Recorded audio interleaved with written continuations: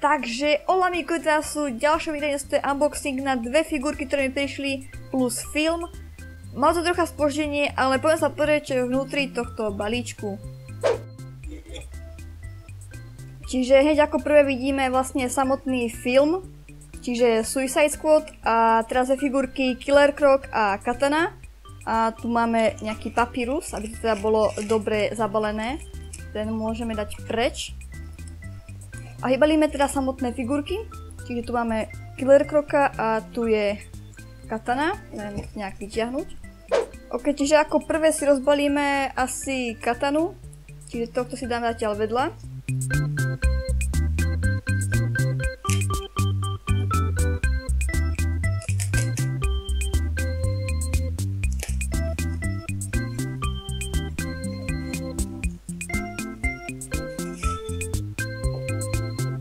Samozrejme pukacia fólia, ale už je ohrané to, ako to každý púka na videách, takže ja to púkať už nebudem, ja si to nechám až po videi.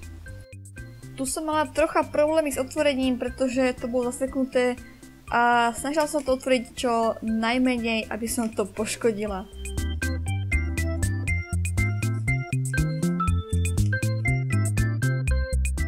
A tu je ešte detail na samotný film.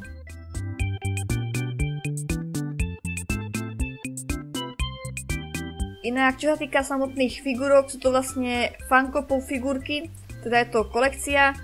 Tu na obale vidíme konkrétne aj, aké figurky sa tam nachádzajú v tejto kolekcii, ale sú samozrejme aj inačie. Napríklad existuje ešte aj Killer Croc s kapucou. A táto katana je konkrétne číslo 100 a Killer Croc je číslo 102.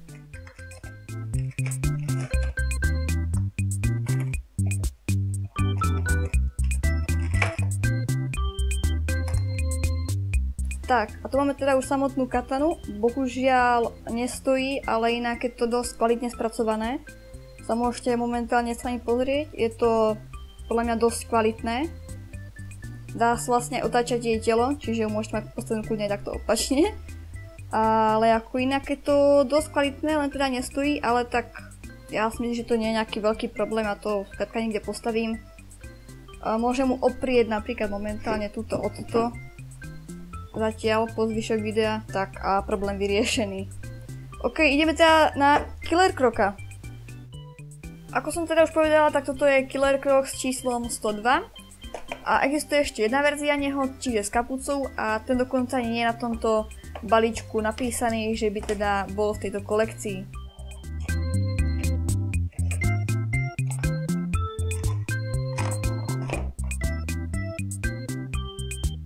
Tak, a tu je teda už samotný Killer Croc. Opäť si myslím, že je opäť dosť dobre spracovaný, aj teda dosť tak kvalitne urobený a má aj dobré detaily na oblečení. Opäť sa dá pohybovať hlavou alebo teda telom. A teda vidíme aj, že tu na tej bunde dozadu má teda pekný znak toho draka a aj teda tu vpredu má teda dobré detaily urobené.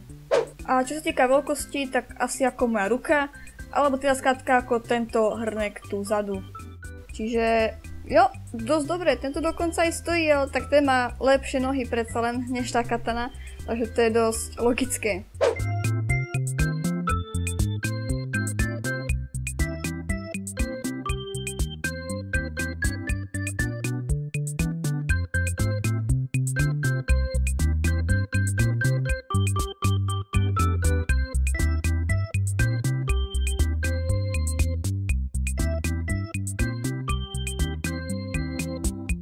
A tu je ešte pre porovnanie veľkosť s mojím Classic Sonicom.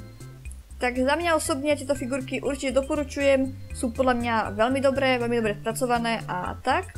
A tu máte ešte nejaké detailnejšie zábery na tieto figurky.